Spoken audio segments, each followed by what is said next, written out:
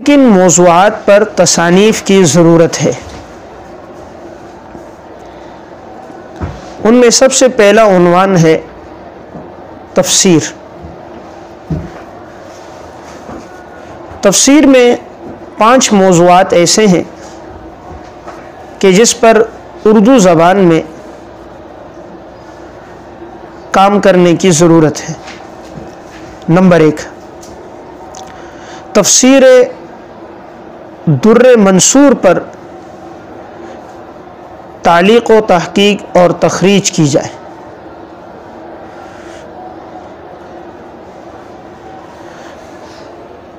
تفسیر در منصور علامہ جلال الدین سیوطی رحمہ اللہ متوفی 911 ہجری کی تصنیف ہے جو 7 جلدوں میں طبع ہے۔ یہ تفسیر بالروایہ کہلاتی ہے۔ اس میں علامہ سیوطی نے ہر آیت سے متعلق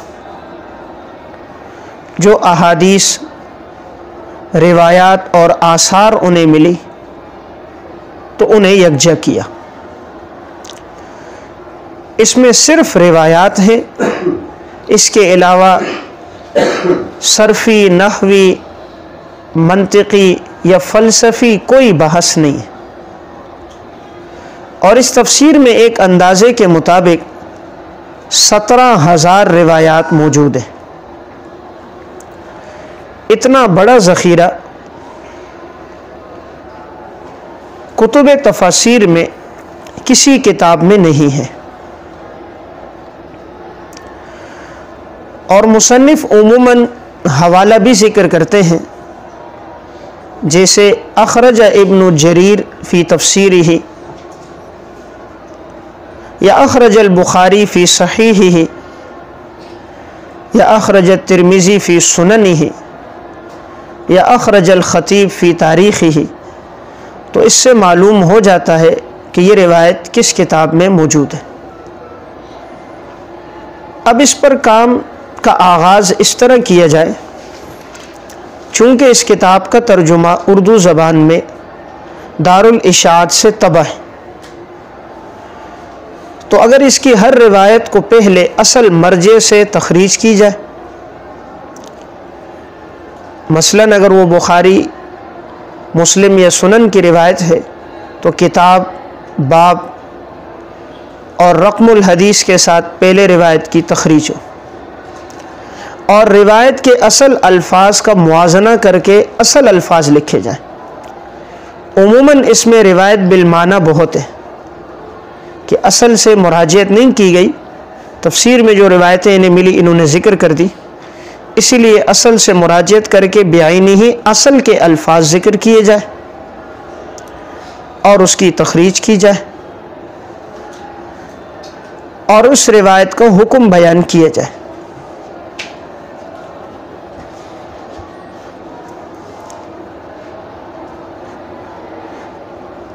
اگر اس کتاب پر تعلیق، تخریج اور تحقیق ہو جائے تو یہ تفسیر میں روایات کے لحاظ سے ایک بہت علمی اور تحقیقی کام ہوگا۔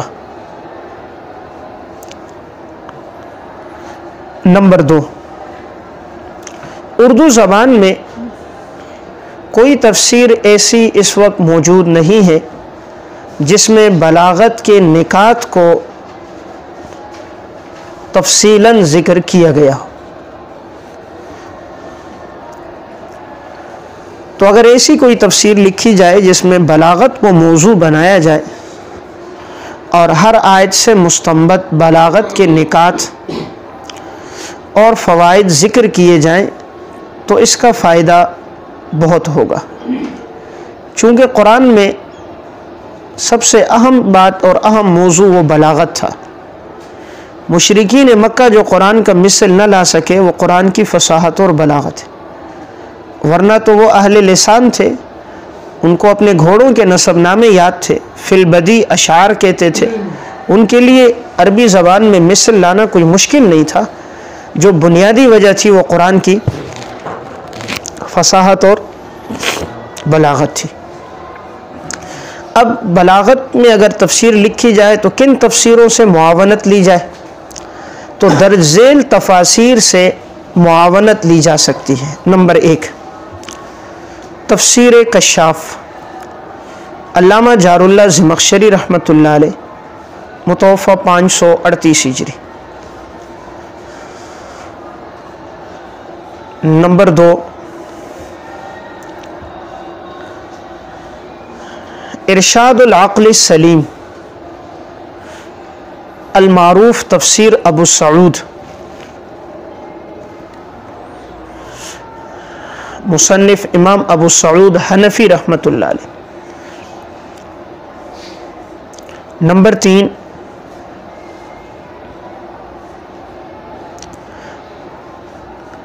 التفسیر المنیر، دکتور وہبت الزہیلی۔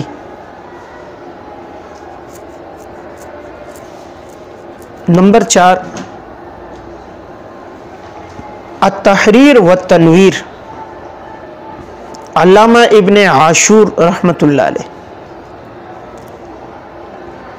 نمبر 5، حدائق الروح والریحان، شیخ محمد امین بن عبداللہ حرری۔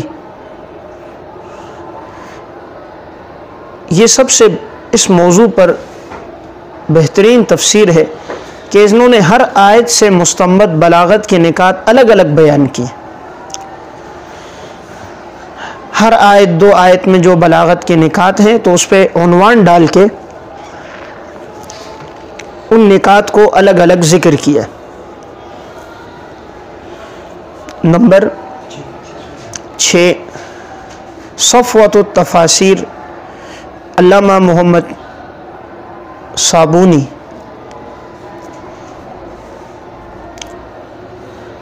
اور نمبر 7، تفسیر روح المعانی، علامہ آلوسی رحمہ اللہ۔ اگر ان تفاسیر کو سامنے رکھ کر ہر آیت کے ذیل میں بلاغت کے جو نکات ہیں انہیں جمع کر دیا جائے تو یہ اردو زبان میں ایک نہایت مفید کام ہوگا اور اس کا فائدہ اہل علم کو بہت ہوگا۔ نمبر 3، قرآن کریم کی آیات سے مستنبط فوائد اور نکات اردو زبان میں ذکر کیے جائیں۔ قرآن کریم کی آیات سے مستنبط فوائد، مسائل اور نکات، اس کا مقصد اس موضوع کا یہ ہے کہ قرآن کی ہر آیت سے کیا کیا بات معلوم ہو رہی ہے، ہر آیت سے کیا مسئلہ مستنبط ہو رہا ہے، کیا علمی فائدہ اور نقطہ معلوم ہو رہا ہے، اسے ذکر کیا جائے۔ چونکہ قرآن میں اصل چیز یہی ہے۔ علامہ سیوطی رحمہ اللہ نے اس پر ایک مختصر کام کیا ہے، الاکلیل فی استنباط التنزیل۔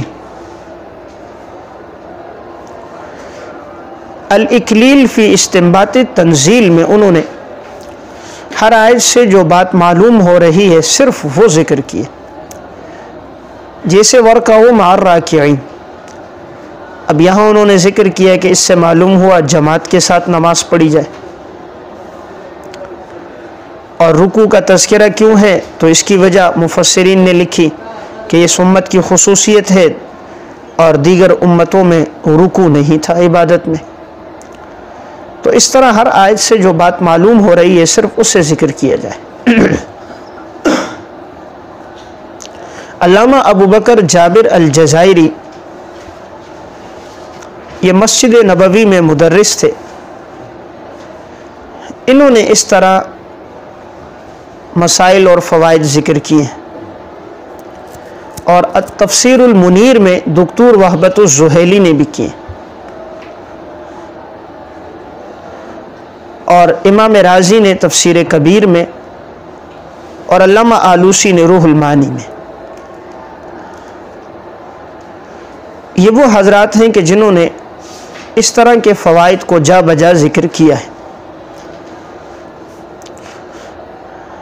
اردو زبان میں قدر اختصار کے ساتھ اس کام کا آغاز کیا تھا داعی قرآن حضرت مولانا محمد اسلم شیخ پوری شہید رحمہ اللہ نے، لیکن حضرت کی شہادت کی وجہ سے وہ کام پائے تکمیل نہ ہو سکا۔ تو اگر اردو زبان میں اسی طرح ایک علمی انداز میں اس کام کا آغاز کیا جائے اور ہر آیت سے مستنبط فوائد اور مسائل ذکر کیے جائیں تو انشاءاللہ یہ قرآن کی اس دور میں ایک بڑی خدمت ہوگی، اور معلوم ہوگا کہ قرآن کتاب ہدایت قیامت تک کے لیے، اس میں مسائل کا استنباط آج بھی ہے اور یہ باتیں معلوم ہو رہی۔ ہمارے ہاں فقہی مباحث کو بہت تفصیل سے بیان کیا جاتا ہے، عموماً تفاسیر میں بھی، اور اس موضوع کی طرف توجہ نہیں کی جاتی، حالانکہ یہ اس سے زیادہ اہم ہے۔ نمبر 4،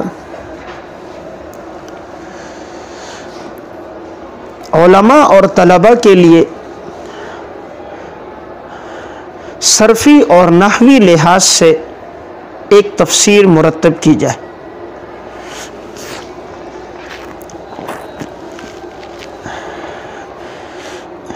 یعنی کہ قرآن کریم میں جو جو مشکل صیغے ہیں ان کی تعلیل کی جائے،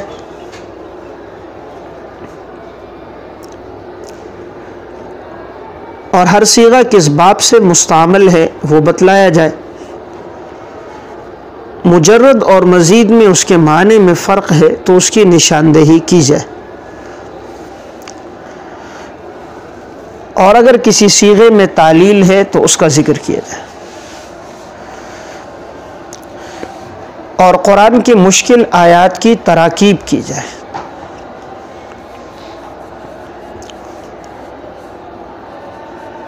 اور جو بات محل اشکال ہو اس کا ذکر کیا جائے، جیسے قل العفو، اب العفو کیوں منصوب ہے تو اس کے وجہ نصب ذکر کی جائے۔ تو اس لحاظ سے اگر کوئی کام مرتب کر دیا جائے تو یہ طلباء اور علماء کے لیے بہت مفید ہوگا، چونکہ عربی تفاسیر سے استفادہ دن بدن اس کا رجحان کم ہوتا جا رہا ہے، اور اس موضوع پر مواد درج ذیل تفاسیر سے ملے گا۔ نمبر 1، اعراب القرآن و بیانہ، محی الدین درویش کی، اعراب القرآن و بیانہ۔ اور نمبر 2، الاعراب المفصل لکتاب اللہ المرتل۔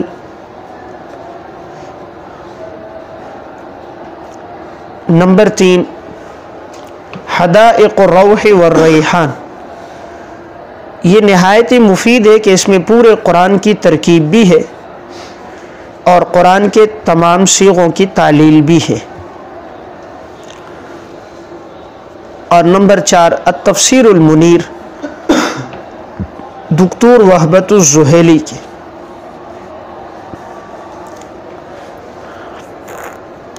اردو زبان میں اس کے لیے نمبر 1، لغات القرآن،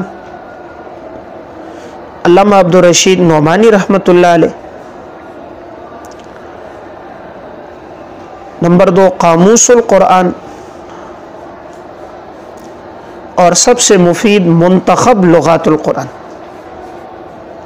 یہ 2 جلدوں میں زمزم سے طبع ہے، منتخب لغات القرآن۔ اس کی ترتیب بہت مفید ہے کہ ترتیب کے ساتھ اس میں پہلی جلد میں 15 سپاروں کے صیغوں کو حل کیا گیا ہے، اور پھر دوسری جلد میں آخری 15 سپاروں کے صیغوں کا حل ہے۔ اس میں انہوں نے ہر باب اور صیغے میں کی ہوئی تعلیل اور اس کا ترجمہ، اور اگر کوئی جگہ محل اشکال ہے تو اس کا ذکر کیا۔ تو اگر ان تمام کتابوں کو سامنے رکھ کر اگر اردو میں ایسی تفسیر مرتب کر دی جائے جس میں صرفی اور نحوی لحاظ سے مباحث ہوں تو انشاءاللہ اس کا فائدہ ہوگا۔ نمبر 5، مستند احادیث اور آثار کی روشنی میں تفسیر کی جائے۔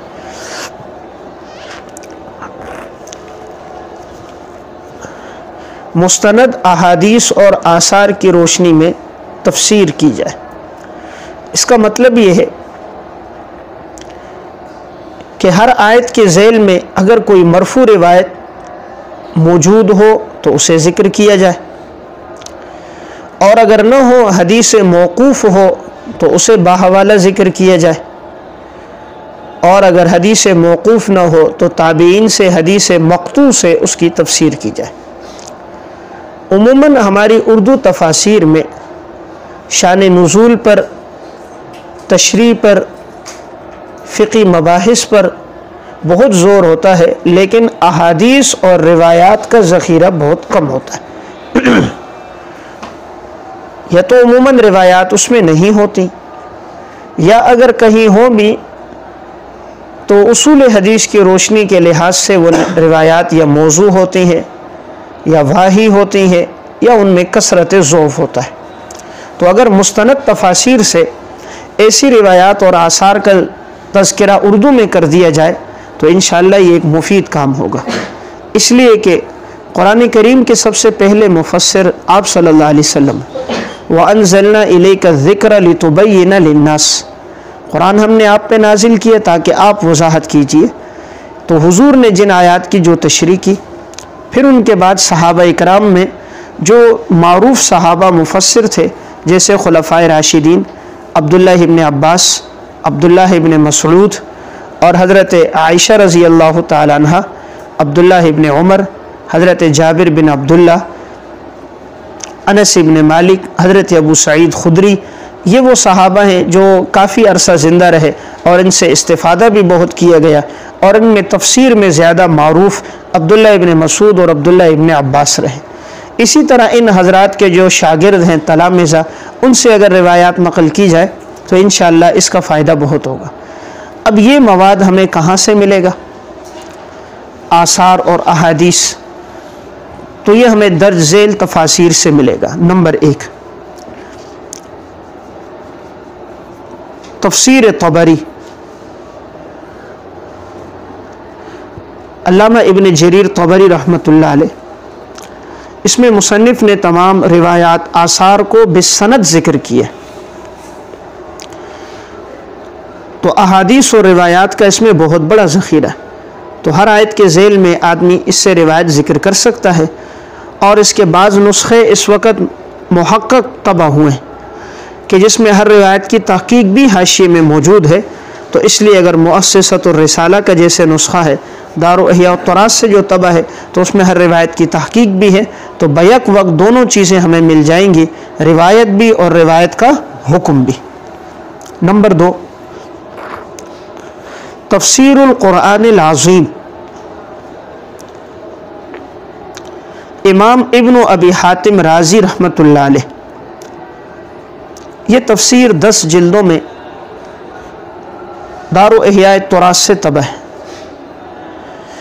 امام ابن ابی حاتم امام ابو حاتم رازی کے بیٹے ہیں، اور علم حدیث کا جو علم ہم تک پہنچا ہے اس میں 2 آدمیوں کی قربانیاں بہت زیادہ ہیں، ایک ابو حاتم رازی اور دوسرے امام ابو زرعہ رازی رحمۃ اللہ علیہ۔ ان دونوں حضرات نے قریہ قریہ گھوم کر روات اور رجال کے متعلق علم امت تک پہنچایا۔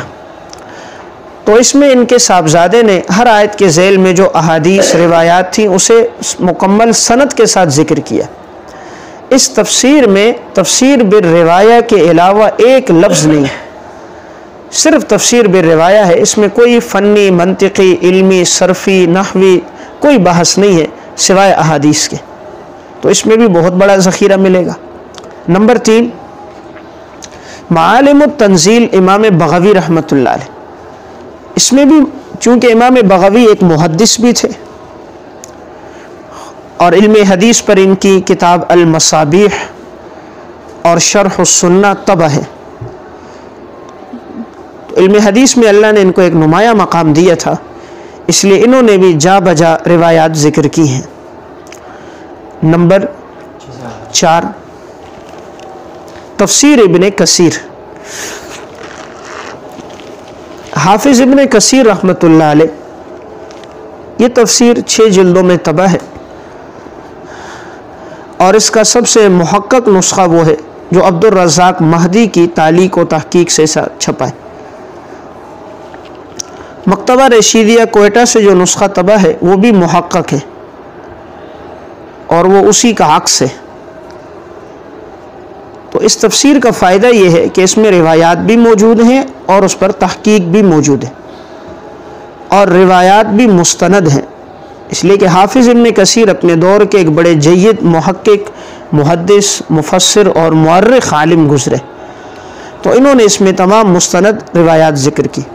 اس لیے علامہ انور شاہ کشمیری رحمۃ اللہ علیہ فرماتے تھے کہ اگر کوئی ایک تفسیر دوسرے سے مستغنی کر سکتی ہے تو تفسیر ابن کثیر انسان کو تفسیر ابن جریر سے مستغنی کر دیتی، کہ ابن جریر کا جتنا مواد ہے وہ سب اس میں آ جاتا ہے۔ تو جب علامہ یوسف بنوری رحمۃ اللہ علیہ نے حضرت شاہ صاحب سے پوچھا کہ تفاسیر کی تعداد تو بہت زیادہ ہے، چند ایسی تفسیریں بتائیں جو سب سے انسان کو مستغنی کر دے، تو یتیمۃ البیان فی شیء من علوم القرآن میں ہے، شاہ صاحب نے 4 تفسیروں کے نام لیے، ان میں ایک روح المعانی، اور دوسری یہی تفسیر ابن کثیر، تیسری تفسیر کبیر، اور چوتھی تفسیر ابو سعود۔ تو انہوں نے فرمایا تھا یہ 4 جس کے پاس ہوں تو اس کو کسی اور تفسیر کی ضرورت نہیں۔ تو بہرحال ایک تفسیر ابن کثیر ہو، اور اس کے علاوہ ایک الدر المنصور فی التفسیر الماسور، کہ اس میں بھی روایات کا بہت بڑا ذخیرہ ہے، علامہ جلال الدین سیوطی رحمہ اللہ۔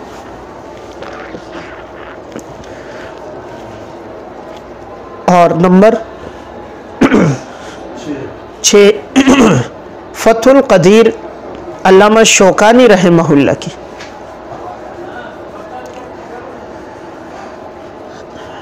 فتح القدیر علامہ شوکانی رحمہ اللہ۔ اور نمبر 7 روح المعانی۔ اگر ان تفاسیر کو سامنے رکھ کر، خصوصاً ابتدائی تفاسیر، تو ایسی تفسیر مرتب کر دی جائے جس میں روایات اور آثار کا ذخیرہ ہو اور روایات کی تخریج بھی کر دی جائے، تو انشاءاللہ یہ اہل علم کے لیے ایک بہت مفید کام ہوگا، اور یہ پھر ان لوگوں کو بھی جواب ہوگا جو یہ کہتے ہیں کہ ان کی تفاسیر میں احادیث نہیں ہوتی، ان کی تفاسیر میں فقہی روایات اور دیگر مباحث ہیں، احادیث کا ذخیرہ نہیں ہے۔ تو اگر ایسی تفسیر مرتب کر دی جائے تو یہ اہل علم، عوام و خواص سب کے لیے مفید ہوگی۔ تو یہ پہلا موضوع مکمل ہوا حدیث پر۔ اب نمبر تفسیر پر مکمل ہوا۔ دوسرا موضوع ہے حدیث، کہ حدیث پہ کن کن موضوعات پہ لکھا جائے، تو انشاءاللہ اس کو آئندہ نشست میں کریں گے۔